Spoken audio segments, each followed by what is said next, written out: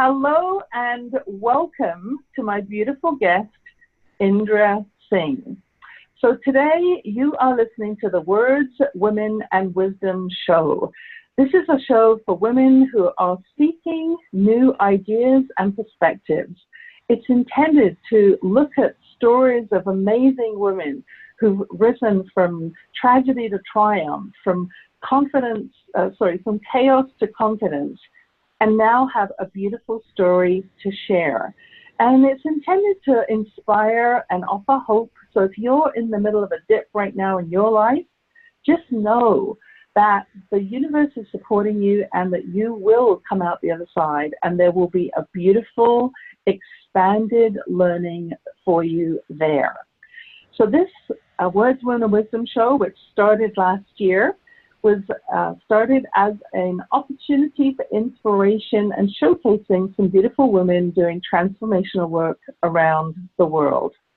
I'm Yvonne E.l Silver, your host. If we haven't met yet, I'm actually based here in Calgary, Alberta, at the foot of the Rocky Mountains, and I'm a seasoned coach, executive coach, and operate a company called Flourish, which is all about helping women to flourish in business by having more confident conversations, to master their confidence, to step into their full authentic voice and grow their business, whether they're in business for themselves to make more sales and have more expanded client base, or at a corporate level to have a power team, a team that's empowered and ready to embrace their vision and see success.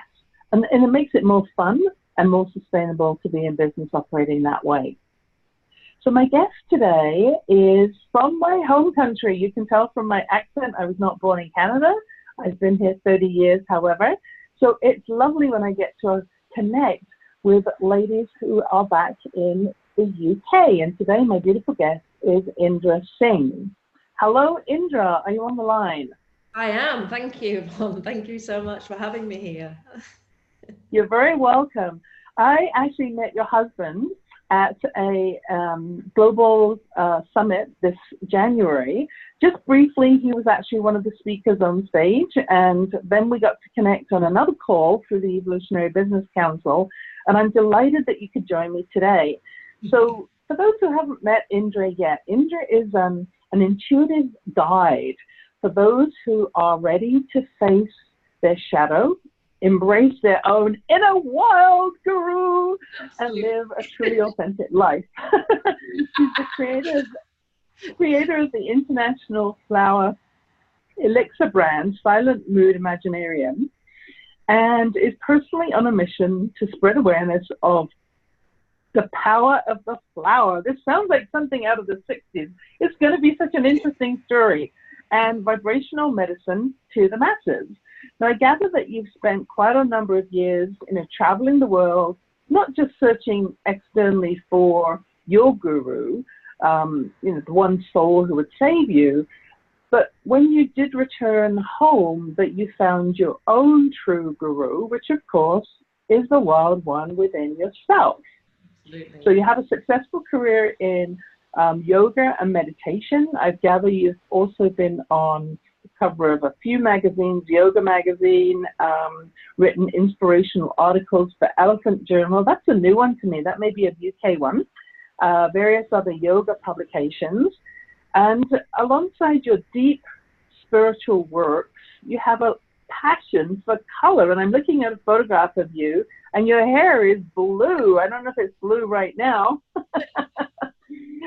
So I am intrigued to learn a little bit more about the spiritual work that you do, exploring some of the realms that you've been involved with, aura soma, shamanic healing, plant medicine, and just hear how this all sparked. Because it sounds like a really interesting question. I mean, flower power, working with flower elixirs. Yeah, this sounds so intriguing. So welcome, Indra. I'm going to close this down and invite you to tell me a little bit more about yourself. That's the official bio, but really, who are you at your soul? Well, really, I'm a disruptive soul that likes to give light to any situation, especially group situations. So I have the strong ability to make people laugh, because I truly believe if I wasn't able to laugh myself through this life, then I wouldn't have got through it, really. And it is a strong and it's a deep story that has led me to where I am, which I'm very, very happy about. Now I work and channel flower energy. But yes, I can start pretty much at the beginning, if you would like me to. Let's share. So how did this all start? Well, this really started from a very young age, when I knew that I was extremely sensitive to life. And I think people who listen will understand that, you know, as children and as a child in the 70s and 80s, I always felt different. I always felt like the black sheep. I always felt, dare I say, odd. And I always knew that there was something else and there was something more. And I was at an all-girls school, and I felt that it was extremely competitive. And I still knew I was very, very different from everybody else. But I continued to live the structured life that I was living from a middle-class English family, which I am from. And I was one of those people who wasn't classed as very academic, but I was always very creative. I was a singer. I was into music, and I was always like the head one on the stage. You know, when we used to do childhood performances, I was always the one that would play out on the stage. Although I was a very insular child, believe it or not, but I used to act. I used to be very much out there on the stage. I think that was my expression, really. But to cut a long story short, in my teens, I got anorexia nervosa, which actually really ruined my teenage life, because I say that now, but it actually was a gift when I look at it now at the age of 46. But I suffered from anorexia to a point where I got down to what I think is 63 pounds in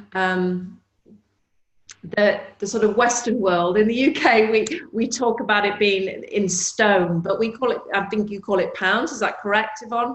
Would you say 63 pounds? It's a very low weight.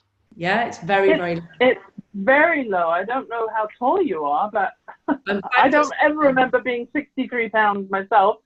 Yeah. So 5'7", 63 pounds. So basically what had happened to me, I was hospitalized and my heart stopped. And, you know, I was basically heading out on the other side, across the veil into death.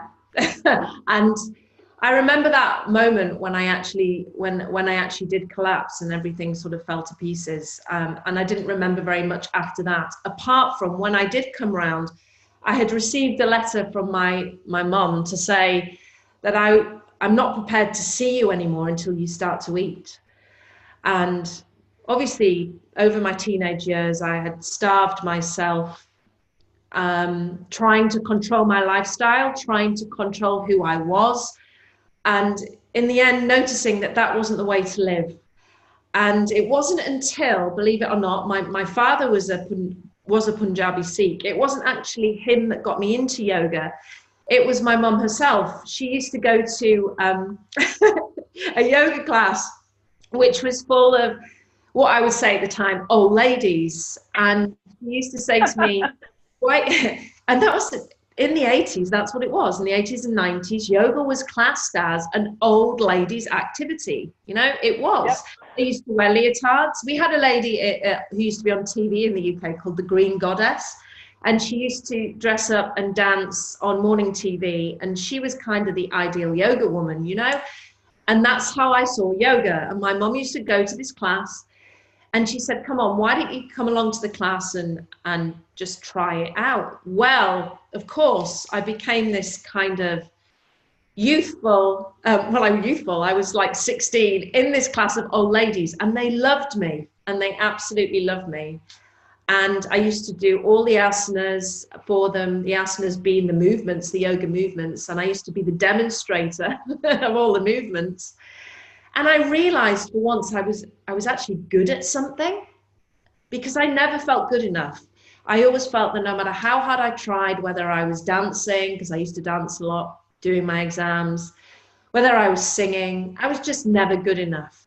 So I did yoga and I found out that I could actually do it. But it was around this point that I was hospitalized, and I was hospitalized a couple of times. But when I got seriously ill and my heart stopped and I came back to life, I actually knew that if I survived it, I would teach yoga. And I would teach yoga and meditation to people who were going through similar to me. And that is what I did. I first of all decided to go to a training course to do yoga, to teach a train. And I sort of spread myself out, traveling all across the world, to India, Brazil, even to staying in the UK, to find this ideal person who would teach me yoga. And although I found many, many teachers who certainly served me very well throughout my life, I realized when I came back that deep down it was me that had been my own teacher. Through this experience of anorexia, through also, having the hard time of wanting to control myself and control my life, I'd actually done myself a huge favor. So when I came back, and I'd done numerous teacher training courses, I think I have 4 yoga teacher trainings behind me now. I've stopped counting. I decided to create a program for addiction. And I was around many different addicts throughout my life. I was kind of in my 20s, I'd gone into a bit of a self-destruction mode as well. So I met a lot of heroin addicts, a lot of people that I used to hang around, not take the drugs themselves, but I used to feel comfortable in their presence. And I think that was because I got something from the energy of not being good enough and wanting to really be in that light place, until I really got into yoga practice. And my yoga practice taught me very different. So I used my yoga practice to create a program for addicts. And what's really funny about my story is I never lived in this town that I live in now when I had anorexia, but I was put in hospital in this town, which is actually 45 miles away from my hometown.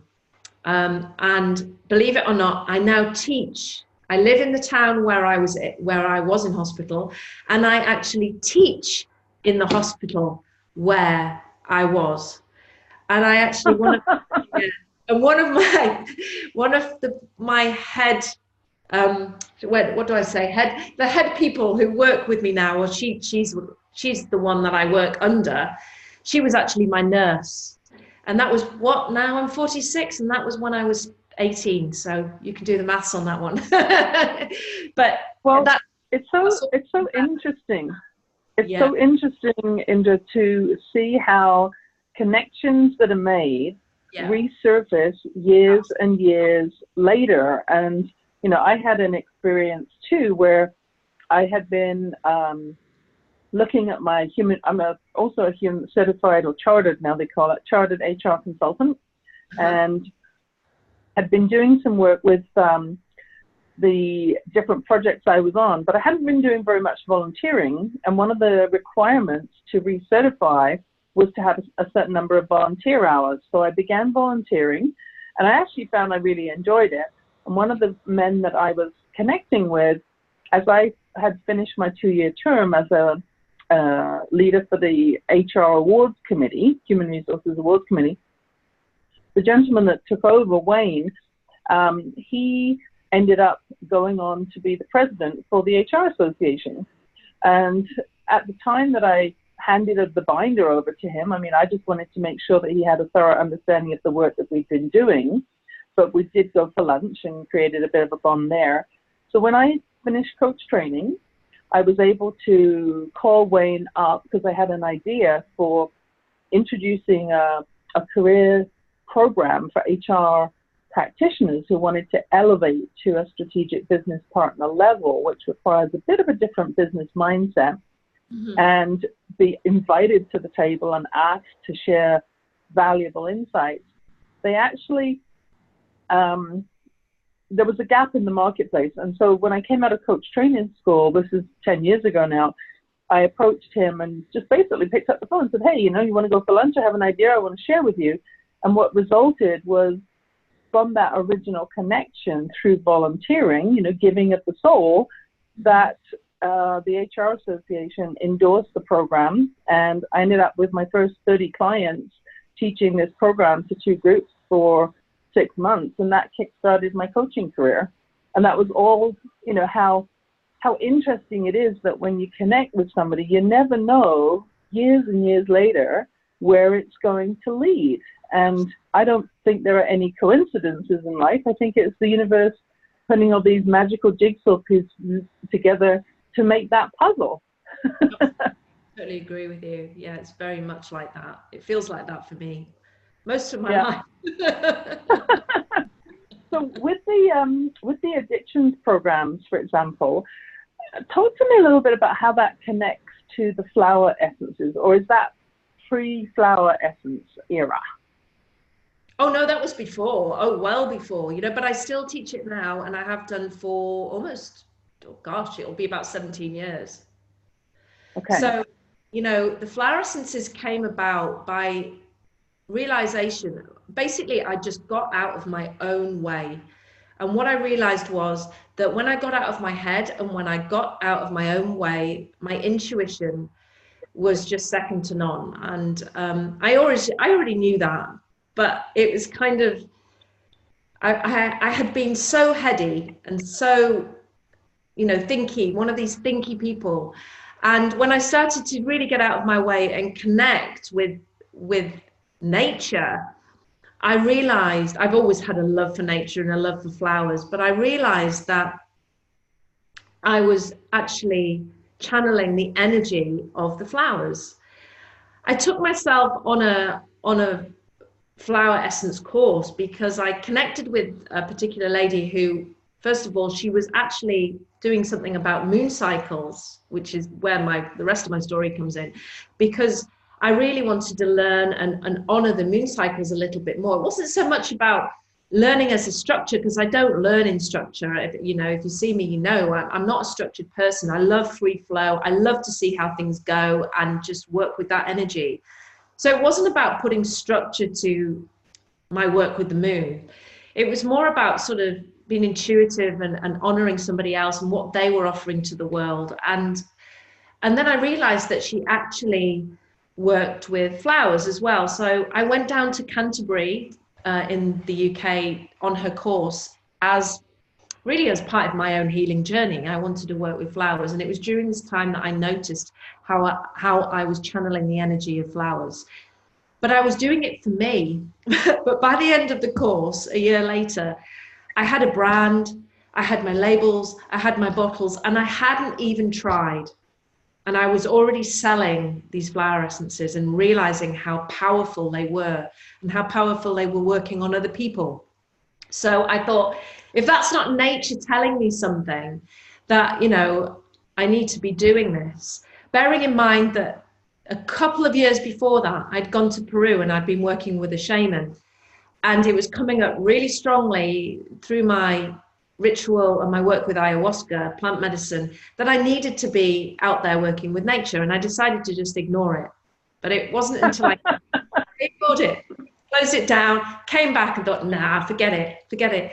But I was reminded again and again, like you say, Yvonne, it's how we're reminded, we're told, come on, you haven't stepped into that space.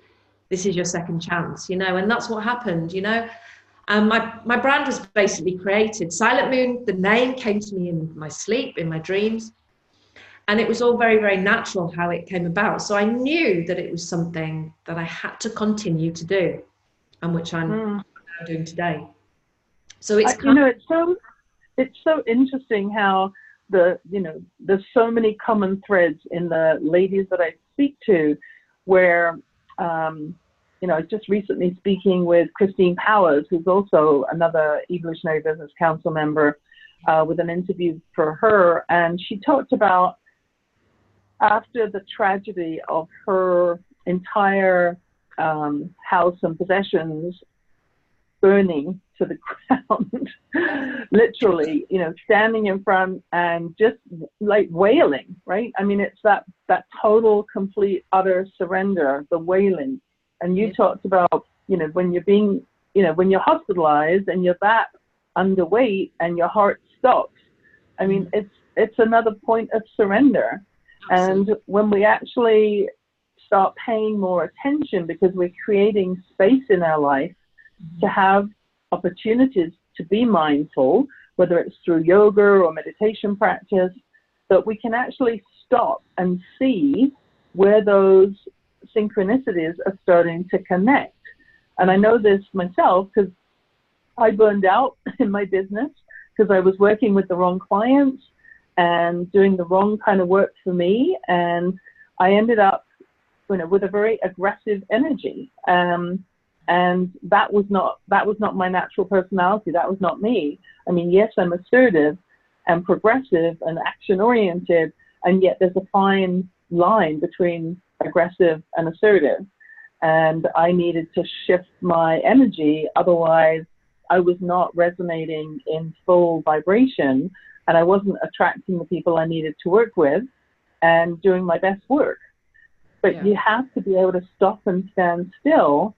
And I very often talk with my clients, who are mostly women entrepreneurs, women professional leaders, about, the equivalent of a pond. If you step into a pond and you're running around in circles, you're so busy with your activity in daily life, all you're doing is stirring up mud at the bottom of the pond, and you can't have clarity. You can't see what's really going on until you absolutely stop, stand still, let the water settle, and then it's amazing how much clarity you actually have. So I had to step back for 3 months out of my business, which for me felt, it wasn't quite like hospitalization and the journey that you've had.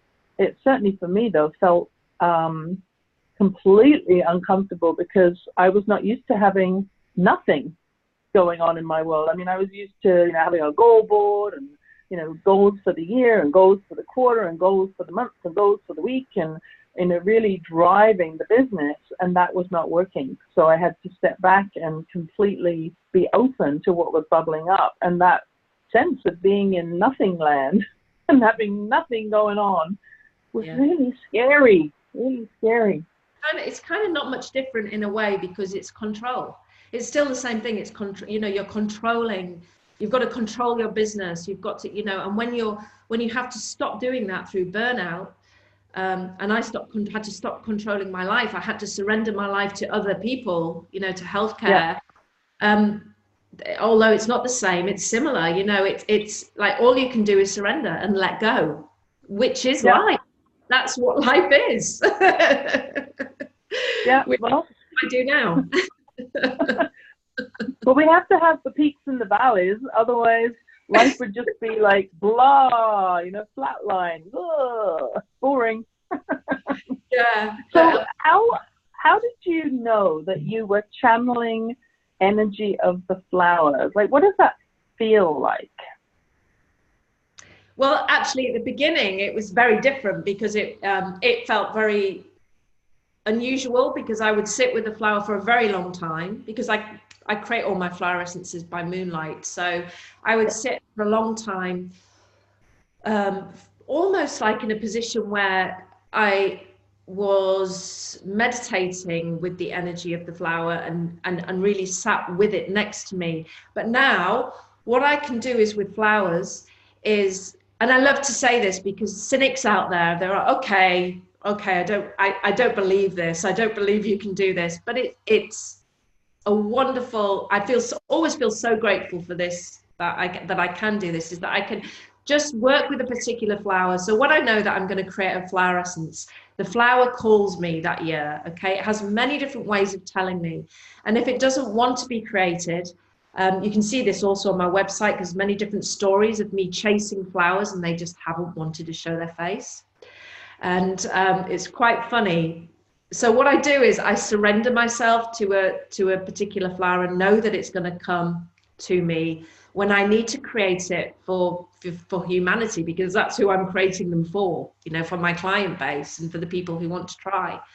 So now I know, and I have, the ability to actually take a book, have the flower close to me, but it doesn't have to be right next to me.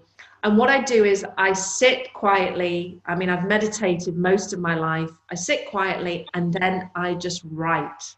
and I am a writer anyway. So I write and write and write and write. And the flower basically calls me and tells me what it's about. And then I am able to make the flower essence and I put it out there.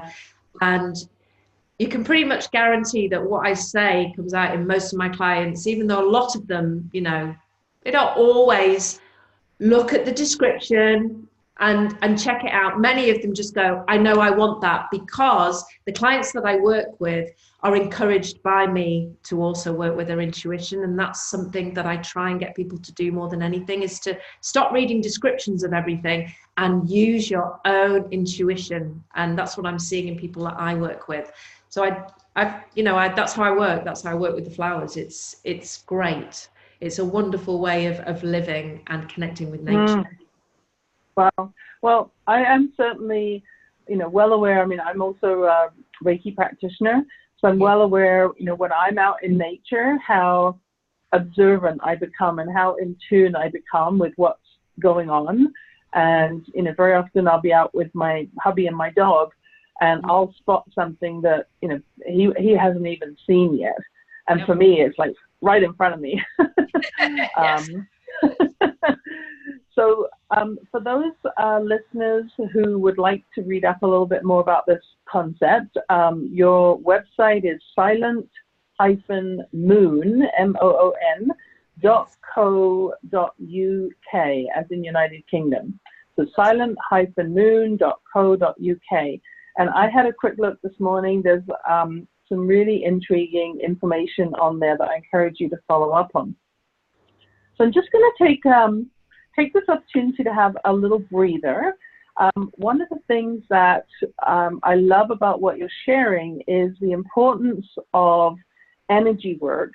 And when I was putting together my best-selling book, Words, Women and Wisdom, The Modern Art of Confident Conversations, a lot of what I'm referring to in the book is not just how you can shift one word and have a completely different energy around it and a completely different intention and meaning and a different outcome in your conversation with others, but it is also about some of these underlying concepts. When I work as a coach with clients, we can't do any work together if their life is so jam full that there's no space for it. So first off, talk about the concept of space, making some space, cleaning the clutter, cleaning the cobwebs, creating that opportunity, that crucible for clarity to emerge, and to give some space to also practice the words that are being highlighted in the book. There's 40 words, 40 different words and word concepts, and then there's an action item for each one that follows. So it really gives an opportunity to cement the learning. So I'm just going to run the quick video. Actually, we won't be able to see the video because obviously we're on the radio show, but I'll just run the video because it talks about, what the story behind the book is, how it came about, and it's just under 5 minutes. I'm just going to run this. Just give me 1 second here.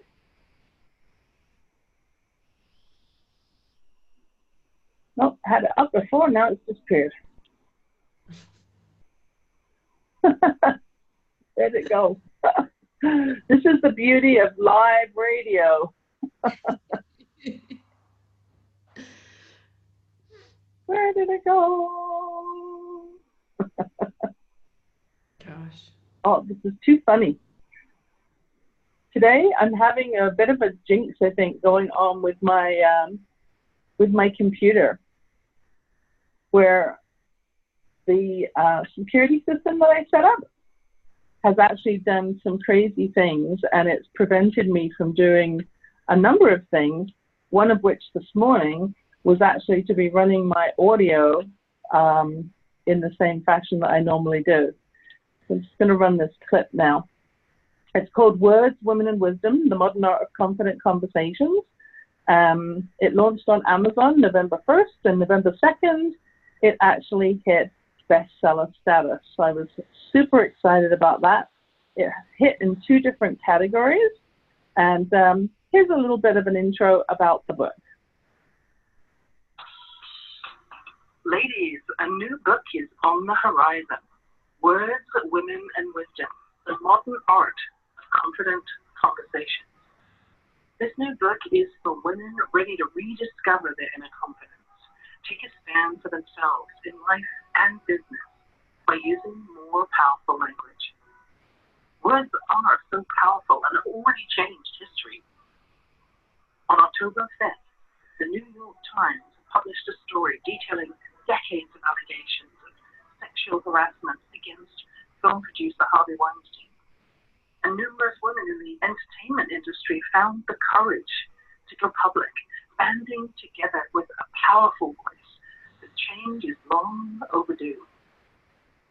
Even Oprah Winfrey, television network icon, gave a rousing speech at the Golden Globe Awards in January. The media has showcased the Time's Up Legal Defense Fund. The Me Too movement is flourishing, all signaling it's time for women's equality and change. I believe it's time to give women the verbal agility to create more confident conversation. Words, Women, and Wisdom, the Modern Art of Confident Conversations is the book which provides practical approaches for women to ask for what we really want and receive a request. Hello, I'm Yvonne E.l Silver, certified executive coach and senior HR professional, seasoned in business. I teach women to flourish in business by using more confident language to help empower and engage others. This book is the result of over 35 years of my career, professional career, working in 4 different countries. I've interviewed over 6,000 people in my career for job interviews, executive coaching, for sales and consulting conversations. I've listened to hundreds of women in particular who are looking for a better way to collaborate. They're looking to be asking for what they really want and heard and validated, especially in business. And women often earn less than men for doing exactly the same job. It's 2018. It's time for change. The Modern Art of Confident Conversations explores words we use at home, at work, words that trip us up, elevate us, and encourage us, and when no words are even required. It is about how to leverage the power of words in a positive, in a collaborative and impactful way. Now I work with women entrepreneurs and leaders who are empowering other women and leading through mentorship programs, my coaching, public speaking, interviews, and writing. I'm passionate about women's equality. Why? I grew up in England, a house with a flow of negative comments from my father, which destroyed my mum's dignity until she became an empty shell of the vibrant woman she was then, belittled by constant criticism and questioning of her abilities. Through my own life journey and supporting hundreds of female clients, I've discovered critical words to ask to get what we really want collaboratively. I know there are critical links between our language, our behavior, our mindset, and our success in life. Words from a song can replay in our heads for hours, and poetry can bring a lump in our throats. I've combined my insights with interviews from influential women, sharing their pearls of wisdom, supplemented with research and reference studies from established scholars. Women are rising up. It's time for women to be heard. Let's use more powerful, positive language and join the rising tide of change. This book is for you, a woman looking to the future, ready to embrace significant positive changes in your life by using more confident language. Eliminate those words that drain your power, add words that energize and invigorate, and shift from ordinary to extraordinary. Just one word can change your life. I believe every woman needs their own copy of this powerful book. It's time for action and time for change. Order and reserve your own copy of Words, Women, and Wisdom today.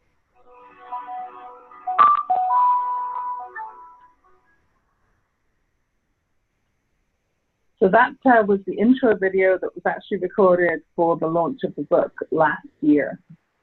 So happy to share that link with you so you can actually watch along next time. For some reason, with the technology enhancing my security on my laptop, it's just messed up some settings today. So we have about another 10 minutes. So just for the next few minutes, I'd just like you to share a little bit more about what are you up to these days, because you have an amazing skill set coming together. So I'm curious what's coming up next for you, and if there's something that you'd like to share with the audience in particular, this is an opportunity for you to do so. Yeah, good. So lots coming up, always is. Well, I'm on my third Wild One weekend, which is called WOW, which I run in the Lake District in the UK. So Wild One weekend is all about connecting with the true essence of who you are. And I've run the Wild One weekends. Yes, this is the third one in July. And we're running it on the summer energy, which is the mother energy. So this is all going to be about nurturer and the bloomer. So, and also the warrior within us. So one day is going to be about the nurturing energy and how we bloom into that. And also the next day is going to be about the warrior energy and how we bring those two aspects together within us. We all hold them, whether male or female, we hold these energies, but they're not always easy to access when we don't always know who we are. And that's what the Wild One weekend is about. It's about people really accessing who and what they really are. And I know it takes more than a weekend, but that's where my one-to-one work comes in, because I work very, very closely to people on one-to-one basis over like a 6-month period. And when we do one-to-one work together, we work on our shadow energies. So the essences that I create are very good at bringing up the energy of the shadow. And you may think, well, what is that? That's some kind of weird black magic or something. Well, it isn't. The shadow energy is within us all.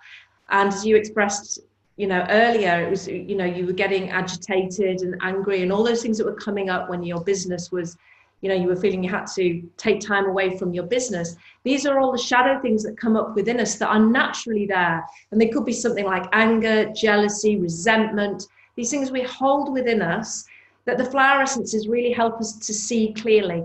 And it's about honoring those parts of us, those parts of us that we may not like, that we may not want to look into the shadow and go, oh, what's that? I don't like it. I need to be happy all the way through my life. I need to push those things down. That's not true. I help people to sort of see those energies and to work with them in a positive way. I have those energies within me. I'm just able to transfer and turn them around very quickly into the positive and into a place of how are they going to serve me in my life? And that's what we all need to see. So people who work with me in one-to-ones are very good at transforming their, shall I say, shadow energy into their sunny light energy. It's sometimes laughter, a lot of tears, and a lot of screaming. But I'm there. That's what I'm there for, to support them. So in the one-to-ones, I basically walk by people. I don't hold your hand, because I'm not one of those people who spoon feeds. I like people to do their own work, but I'm always there by their side, supporting them, because I know the journey through life can be tough, especially when you've been through a life of experiences, shall I say. Yes, experiences. Well, it's so important. I mean, I think about my role as a mom. I have a special needs child. Special needs. I could keep calling him a child. He's going to be 24 on Easter Sunday. Believe it or not. Your child. Incredible. Where does the time go? So my role is very much to help him be as well. I guess that's not that different than any parent, to become his highest potential and to be as independent as possible. And I think that very often as parents, the helicopter parents want to try to protect their kids from, their dark side or their, something that's going to prevent them from being safe. And yet the greatest gift I believe we can give our kids is fully stepping into life and experiencing independence and knowing that, yes, you have a support structure that's there, you have a loving parents, but sometimes the parents have a bigger responsibility to not jump in and to let the kids flounder and figure it out for themselves Absolutely. And, that's the greatest gift we can give them. Yeah. Absolutely. So lovely work that you're doing. The wild, what does wow stand for again? Wild One Weekend. It was actually Wild One Weekend. It was actually one of my clients who comes to has done all the Wild One weekends and works with me on a one-to-one, who actually realized that. She was just like, wow. And I was like, it's wow. I hadn't put the words together, Wild One Weekend, so we call it wow. We call it the Wow Weekend, the Wild One Weekend. So this is number 3. And we've been running since last year. So yeah, it's really lovely.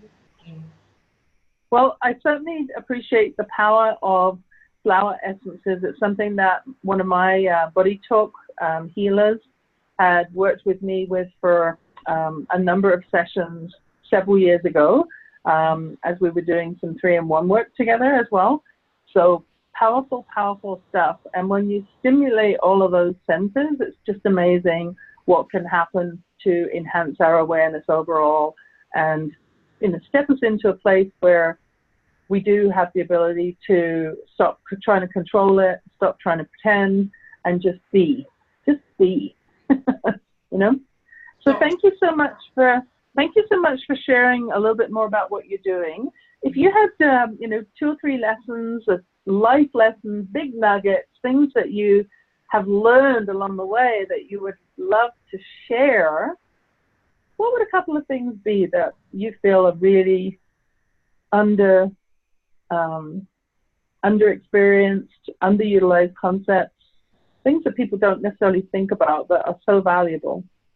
Well, I'm going to take one off you that you've just said, because I just think that was perfect. Stop trying to pretend. In the world of social media, I think many people do pretend. So I love that. So stop pretending. Next, get out of your own way. And that if you're in your head, meditate, learn to meditate, or do something that you love. As Abraham Hicks says, it's a BFP, a better feeling place. Always get yourself into that better feeling place when you're feeling low. What's the next step you can take to feel that little bit better? Because that's the next step into your life, into your creation, into your amazing energy. And I always go by that, is that you have to get yourself into that better feeling place to feel, what life's about. And the next thing will be to do the things that you love to do and honor. I know it sounds a bit cliche, but really do honor your dreams. If you want to do something, stop talking about it and actually do it. Because we procrastinate so much, and we need to stop it. We do. Around me going, I swam in the Lake District this weekend, and somebody said to me on Facebook, I'd love to do that. So I just went, we'll do it. What's stopping it? It's so simple. Just go do it. Just go do it. And you look at it, he's right. So a number of people ask, how did the book come about? Well, I was looking at my goals list, my bucket list, and it was January, and I'm looking down the list and checking things off, and I got to, write a best-selling book, and it was like, what the heck have I done towards that? 0. Time to get on it. So I just started getting up at 5 in the morning, do half an hour meditation, write from 5:30 to 6:30 till my rest of my family wakes up, and it, it took a couple of years because of, being a new author, and the whole sort of editing, proofing process was way more than I thought it was going to be. But I got it done, and I'm so proud that, this book is basically, I would say 35 years of my life, of all the things that I've learned. Well, not all, but a lot of the things I've learned, and particularly in the last 10 years of conversations with clients who have, sorry, something just happened to the power here, who have experienced lack of confidence, and what they've asked of me to be sharing with them. And, how can I be more confident? How can I have more confidence? Yeah, absolutely. I'm thinking that, it sounds like for some reason my computer lost its power there. Oh, something weird going on here. Anyways, I am hoping that we got the end of this recording, and it's been lovely to have you with me. Lovely to hear what you're up to in the UK and talking so openly about your journey. Thank you so much for sharing. And we're just going to close with the end music for the show. And I look forward to keeping in touch with you, hearing more about your journey as things progress. And I'll direct people back to your website for more information about the upcoming programs that you have and the WOW weekend. Thank you. Thank you so much, Indra, for joining me. Thank you. Bye. Bye for now.